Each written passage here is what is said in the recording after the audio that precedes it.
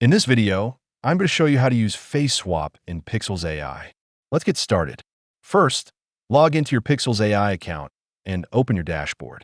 You can either create a new thumbnail or use one you've already created. Once your image is ready, click Edit, then the Face Swap option.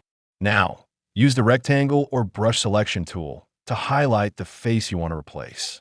Make sure you select the full face area for better results. Next, go to the Personas section at the bottom and choose a persona you've already created.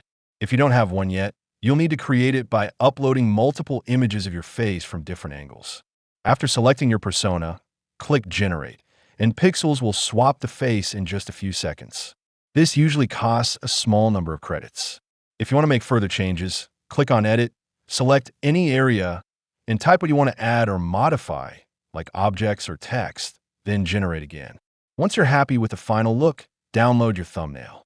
If you want to support our channel, feel free to use our affiliate link go.pikzels.com/dine in the description below. Thanks for watching, and I will see you in my next video.